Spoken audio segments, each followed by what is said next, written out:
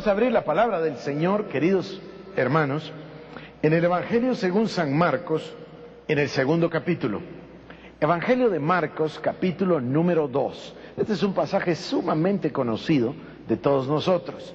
Y hemos, en el pasado reciente, hablado de él con cierta asiduidad. Dice de esta forma el verso 21. Nadie pone un remiendo de tela nueva en un vestido viejo, porque entonces el remiendo al encogerse tira de él lo nuevo de lo viejo y se produce una rotura peor.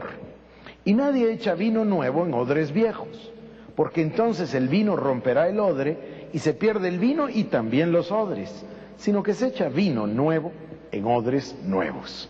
Hemos hablado nosotros de dos órdenes distintos y les hemos identificado con este pasaje como dos odres distintos. Un odre anterior, un odre antiguo o un odre viejo, si le quiere llamar de esa manera, y el segundo que es un odre nuevo, un odre renovado, un orden que vendría a ser moderno o nuevo comparado con el anterior. Hemos hablado varias veces de este concepto y ustedes recordarán que en el mes de septiembre, hace ya 1 año y 3 meses o casi 4, yo les comenté que el Espíritu Santo había hablado muy fuerte en mi corazón y me había dado una palabra diciendo que el odre antiguo había fenecido, que el odre viejo, el odre antiguo, el odre anterior había terminado y que había un nuevo orden, un nuevo paradigma, un nuevo odre en su lugar. Comenzamos a compartir acerca de este tema y acerca de la comprensión de lo que el Espíritu Santo nos dice cuando cita este caso del odre. Hablamos de la misericordia de Dios para con el odre antiguo. Hablamos de que no podíamos nosotros solamente hablar de una manera drástica, a lo mejor muy fuerte, y desechar el odre anterior, porque Dios muestra un amor al odre anterior. Luego hicimos una reflexión y compartimos con ustedes de que el odre antiguo no debemos nunca perder de vista. Hubo un momento en el cual fue odre nuevo, y que fue un odre nuevo que tuvo que abrirse espacio, muy posiblemente a la fuerza, para lograr brotar. Cuando no era aceptado, cuando no era lo reconocido, cuando no pertenecía al orden establecido, ese nuevo orden, como un nuevo paradigma, como un nuevo orden, como un nuevo ordenamiento, como nueva estructura de pensamiento, fue abriéndose espacio. Y por ahí encontró cómo romper una brecha y hacerse conocer. Con el tiempo, el mover de Dios y el respaldo del Espíritu Santo, el nuevo orden o nuevo odre termina por hacerse el espacio que necesita. Y luego se vuelve algo reconocido. Voy a usar un ejemplo que todos nosotros vivimos hace un poquito más de una década, cuando comenzó a brotar el concepto de la guerra espiritual. En ese momento no era el odre establecido. En ese momento había una gran lucha porque el orden establecido lo rechazaba. El orden establecido decía esto no es lo que nosotros tenemos, lo que vivimos, y por ende había un rechazo. Entonces, poco a poco se fue ganando un lugar con mucho esfuerzo, con mucho criticismo, con mucha, en algunos casos un poquito de cerradez de mente, etcétera, hasta que después, ahora, 10, 15 años después, no sé si pasaron, sí, ya pasaron 15 años, 10, 15 años después, ya es un orden establecido, es una verdad aceptada, es una verdad compartida. Luego viene un nuevo mover, y esto es lo interesante, que lo que es un nuevo orden, un nuevo orden o bien un odre nuevo, se levanta en contra de la oposición. Pero cuando se vuelve ese odre, el odre aceptado, el odre aceptable, el comportamiento normal, entonces ese odre pasa a ser un odre maduro y poco a poco se vuelve un odre viejo. Y muchas veces ese odre ya establecido rechaza al nuevo que viene brotando. Es una cosa bien curiosa eso. Pero yo ya pasé un tiempo con ustedes hablando de la validez de este concepto y hoy más bien quisiera referirme a otra cosa. Vuelvo a repetir el verso 21 que dice de esta manera: nadie pone un remiendo de tela nueva en un vestido viejo, porque entonces el remiendo al encogerse tira de él el nuevo del viejo y se produce una rotura peor. De la misma manera dice en el verso 22, nadie echa vino nuevo en odres viejos, porque entonces el vino romperá el odre, y se pierde el vino y también se pierde el odre. Quiere decir, y esto es lo que estoy tratando ya de introducirme al tema, que nosotros debemos comprender que cuando Dios quiere traer una visión a nuestra vida, una visión que muchas veces apareja un concepto delicado, complicado, que es el concepto de cambio, esa visión viene a nuestra vida y no se abraza o se adapta solamente la visión. Porque vendría a ser entonces como el vino, que se recibe el vino en un odre viejo, o que se pone el remiendo de tela nueva en un vestido viejo. No es así. Debe haber una correspondencia entre el vino nuevo y el odre nuevo, el remiendo nuevo y el vestido nuevo. Debe haber una correspondencia entre lo que llamamos la cultura o el concepto o la dinámica de cambio o lo que nosotros llamamos la estructura reinante. No se puede, mire, acá hay un sociólogo guatemalteco de apellido Arévalo, que si yo no estoy equivocado es hijo del expresidente Arévalo, que dijo el otro día que teníamos en Guatemala el software de la democracia, pero el hardware del autoritarismo. Es una buena manera de ilustrarlo, es un excelente ejemplo, porque quiere decir que tenemos un pensamiento moderno, democrático, progresista, pero una estructura antigua, autoritaria, que complicada. No casa una cosa con la otra. Este es un ejemplo. Una manera de decirlo es que nosotros necesitamos un cambio de mentalidad, necesitamos un cambio cultural, necesitamos un cambio en nuestra manera de pensar, pero no basta. Paralelo a ese cambio debe producirse un cambio estructural.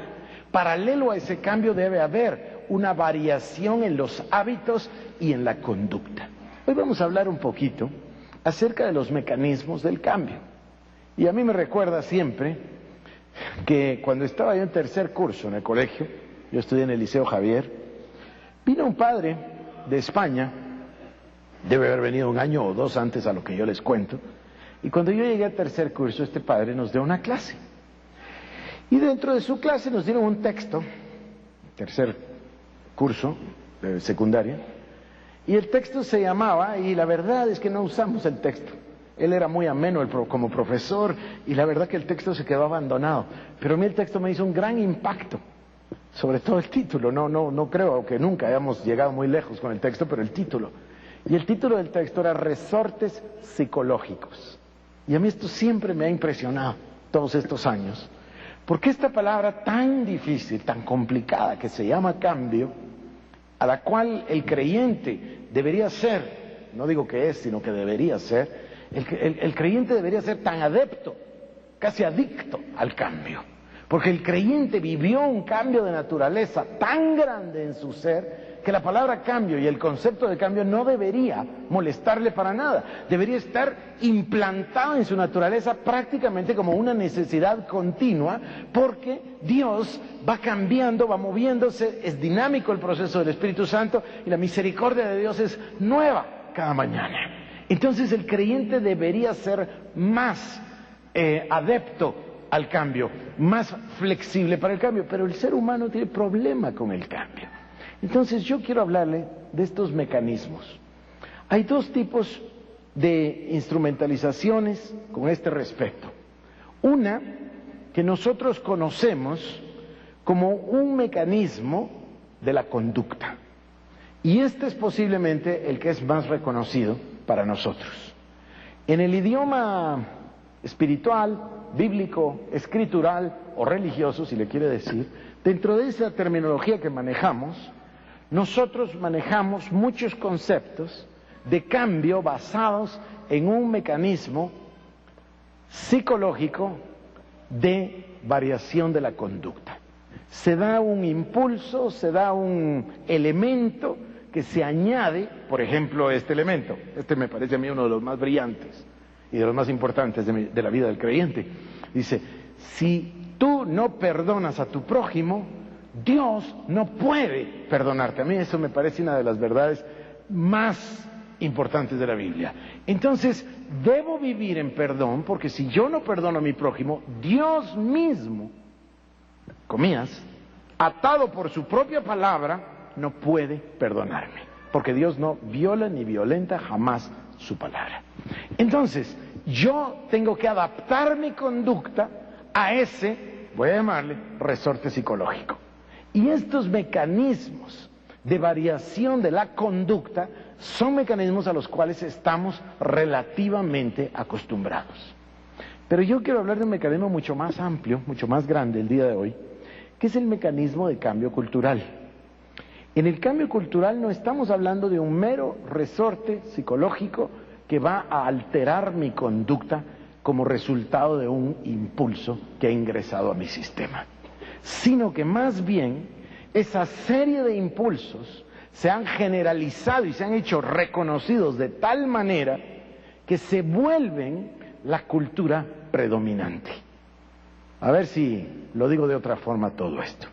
Tenemos dos maneras de ver nosotros la influencia de la reforma del siglo XVI sobre el mundo que conocemos. Nosotros nos llamamos Iglesia Protestante, o recibimos el nombre de protestantes, por ese proceso del siglo XVI. A lo mejor sería mejor que nos llamásemos Iglesia Reformada, quizás sería más correcto como se usa en ciertos países, pero acá no se dice así. O se dice protestante o se dice evangélico. La palabra evangélico tiene un origen muy sencillo. Nos llamamos evangélicos porque nuestra vida se basa en los evangelios. Es una cosa clara y sencilla. Entonces, nosotros somos un resultado directo de un proceso que Dios llevó a cabo en el siglo XVI.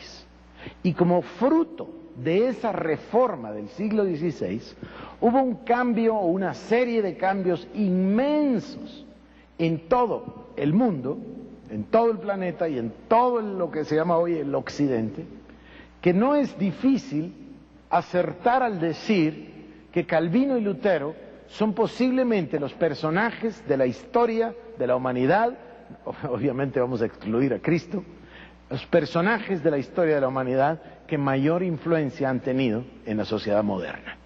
Es impresionante el alcance de la reforma del siglo XVI.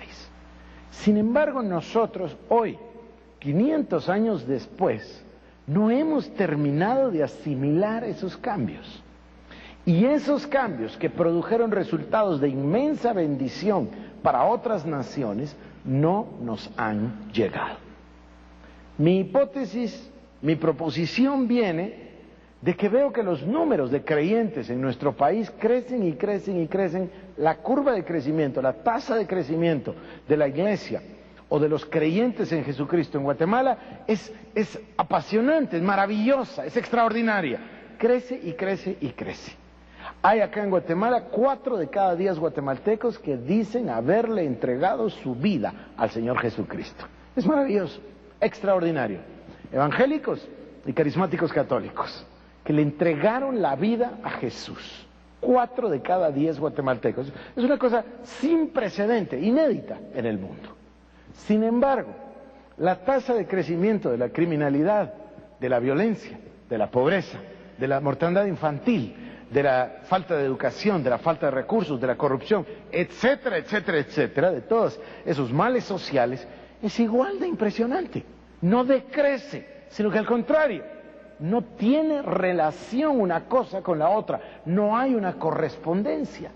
Cualquiera pensaría que si crece y crece y crece el número de creyentes, debería decrecer el número de problemas sociales, pero no decrece. ¿Por qué? ¿Cuál es el problema? ¿Dónde está? Voy a decirles algo, y una persona me habló recientemente en línea con esto y me impresionó mucho lo que me dijo. La iglesia responde a las necesidades más individuales y más íntimas de la persona. Responde a necesidades de sanidad, tanto sanidad interior como sanidad del cuerpo, como sanidad espiritual, ministración, vicios, demonios, ataduras, etcétera, etcétera, etcétera, la iglesia responde de una manera fantástica, generalmente, a las necesidades más íntimas de la persona. La iglesia asiste a la persona que está viviendo problemas emocionales y familiares. En una gran medida, la iglesia puede responder y responde consuetudinariamente de una manera positiva a los problemas familiares, divorcios, etcétera, de las personas. Quiere decir que le asiste en sus problemas espirituales, le asiste en sus problemas emocionales, le asiste en algunas necesidades de índole física, tales como por ejemplo la oración por sanidad, la sanidad de los enfermos, el cuidado de las viudas, de los huérfanos, etcétera. Siempre de una manera muy escueta y como algunos llaman intramural. Intramural quiere decir adentro de los muros, yo le digo adentro de las cuatro paredes, ¿no? Siempre cubre a sus enfermos y a todos, pero solo los de adentro. Las viudas, pero de adentro, generalmente. Entonces la iglesia ha respondido a las personas en estas necesidades. Pero la iglesia, me parece a mí, ha fallado en servirle a la gente las herramientas para que las personas puedan traducir su vida a cambios que no son modernos, que tienen 500 años de existencia, hacia una teología reformada. Entonces, seguimos nosotros viviendo, ahora salvos, porque ustedes saben que yo hablo mucho del concepto de la generación transicional que somos. Somos una generación transicional porque nacimos en un lugar y luego tuvimos una transición hacia el reino de Dios. Por la misericordia de Dios, el Señor nos trasladó de debajo de la potestad de las tinieblas al reino de su amado Hijo Jesucristo. Casi todos nosotros, casi todos, en los últimos 25 años, más o menos.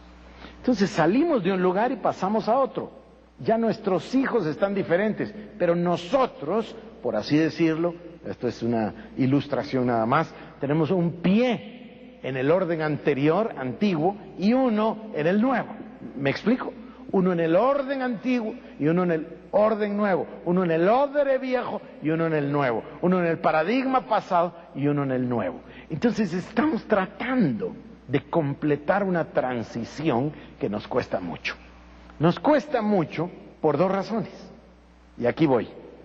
Heredamos una cultura, heredamos una idiosincrasia, tenemos una manera de pensar, tenemos todos una mentalidad que recibimos, que yo he venido a calificar en una manera, quizás ahora ampliando mis horizontes, más genérica, porque le decía una mentalidad ibérica, ahora le voy a llamar de otra forma y le voy a decir una mentalidad latina, más incluyente.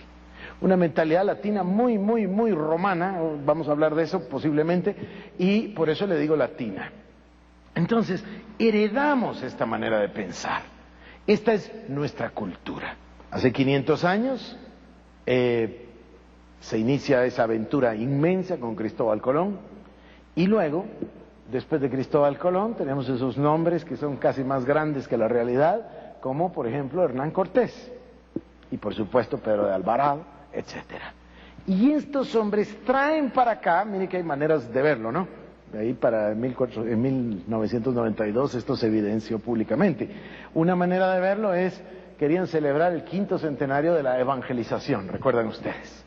Otros dicen, mejor no llegamos tan lejos y celebramos el 5º centenario del descubrimiento. Otros salen a manifestar a las calles y dicen, momento, llamemos a las cosas por su nombre.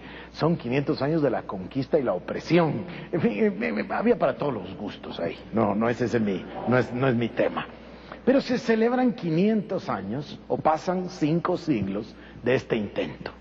Este intento nos dio, no fue un intento, perdón, esto que sucede, este hecho histórico, nos da a nosotros una identidad, un idioma, una cultura predominante. Y esta cultura tiene 500 años. Entonces, 500 años, la única manera de poder comparar esto es lo que hemos hecho en otras ocasiones, comparándolo con los 430 años que el pueblo de Israel pasa de esclavo en Egipto. Se recuerdan mi manera de decirlo, ¿verdad? De papá esclavo, abuelo esclavo, bisabuelo esclavo, tatarabuelo esclavo. Y el papá, el tatarabuelo, esclavo. Y el hijo, esclavo. Y el nieto, esclavo. Y el bisnieto, esclavo. Es la manera de decir cuánto tiempo pasa para tratar con una cultura, hasta que esa cultura entra. Y por eso esa generación sale viendo los milagros extraordinarios de Dios, cruza el mar, lo cual es extraordinario, que el mar se abra, es un milagro inmenso, que además después se cierra y sepulte a los enemigos, cumpliendo la palabra del Señor que les dijo, míralos porque los enemigos que ves nunca más para siempre los verás. Una cosa extraordinaria de Dios. Y salen del otro lado, ¿y qué hacen? Ofenden a Dios inmediatamente en mar. Y después otra vez, y después otra vez. Si uno piensa en las condiciones en las que vivieron, donde había un maná sobrenatural diario, donde tenían un agua una roca que les seguía y les daba agua, y la roca era Cristo, donde uno lee que no había ni uno solo, ni debilitado ni enfermo, donde uno ve que no se les gastaba la ropa, donde uno mira lo que Dios hizo y todavía mira lo que ellos tenían adentro. Sí, pero aquí no tenemos ni ajos ni cebollas. Sí, pero aquí vamos a morir sepultados en la arena. Sí, pero estábamos mejor en Egipto. ¿Recuerdan ustedes? Hasta que Dios dice, ya basta. Ya me tentaron 10 veces. ¿Sabes qué? Moisés, los voy a exterminar. No voy a dejar a ninguno y te voy a levantar un nuevo pueblo. Se necesita la intervención de Moisés, que dice, Señor, que no se diga de ti que los sacaste de la esclavitud de Egipto para dejarlos morir en el desierto. Está bien, dice Dios, pero no va a entrar ni uno solo de ellos. Ustedes saben de Josué y Caleb, dejémoslos aparte, porque la Biblia dice que había un espíritu distinto en ellos. Y, en efecto, estos son estudios claros y concretos que existen. Un viaje que hubiese podido tomar 2 semanas, tomó 40 años, dando vueltas, esperando a terminar a la generación. ¿Por qué? ¿Por qué pasó esto? Y recuerden que dice la Biblia que todas estas cosas pasaron como ejemplo para nosotros, a quienes han alcanzado los fines del siglo. Entonces, ¿por qué sucedió esto? Porque ellos tenían una memoria histórica de más de 4 siglos que les impedía hacer el cambio. Dicho en otras palabras, dicho en sentido o en conceptos o en lenguaje más moderno, ellos compartían una cultura de esclavitud. Esa era su cultura predominante, es lo único que conocían. Si ustedes se ponen a pensar en las implicaciones de eso, son inmensas. Un esclavo no sabe controlar su tiempo porque es esclavo. Un esclavo no planifica porque es esclavo. Un esclavo no se le ocurre poner un alcalde porque es esclavo. Un esclavo no tiene dinero para negociar porque es esclavo. Un esclavo no compra ni vende. Es una cosa bien fuerte. Entonces ellos no tenían nada de eso. Y salen a la libertad y no saben manejarla, no saben cómo manejarse en la libertad.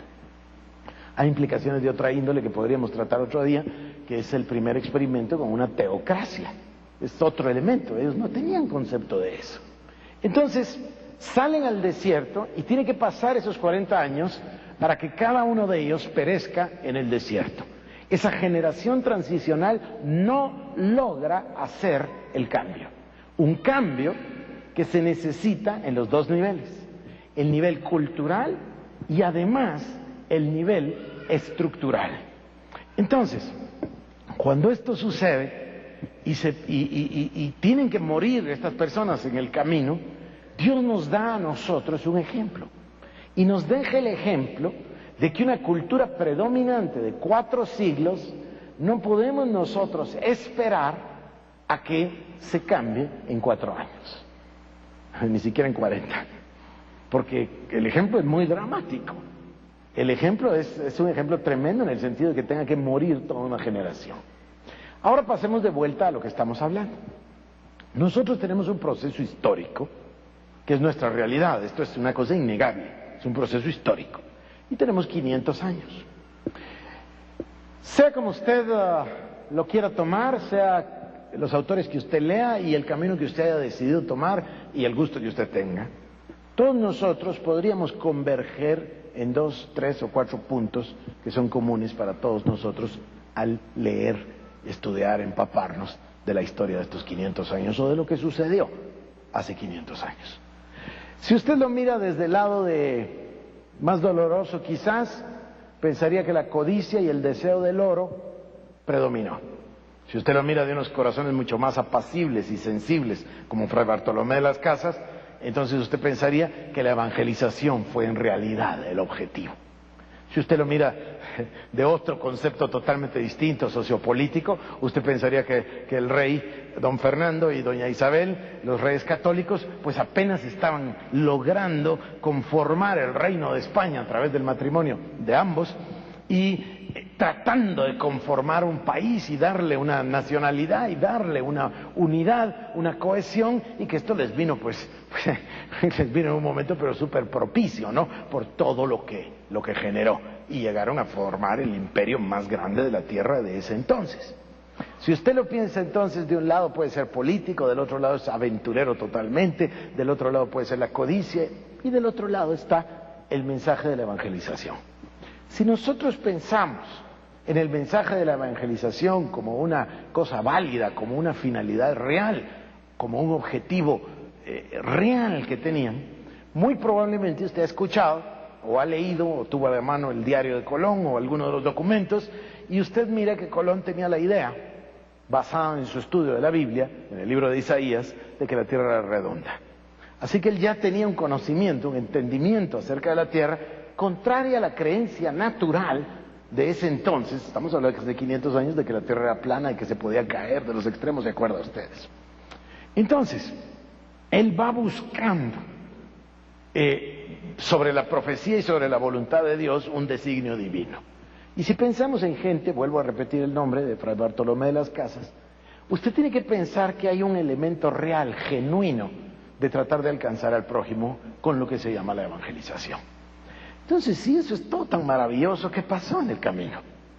Es que lo que pasó es una cosa muy, muy impresionante, que creo yo que es el verdadero fondo de nuestro asunto. Y lo que pasó es que la mejor de las intenciones y el mejor de los propósitos y el más loable de los objetivos se quedó muy mal por la carencia de la Biblia.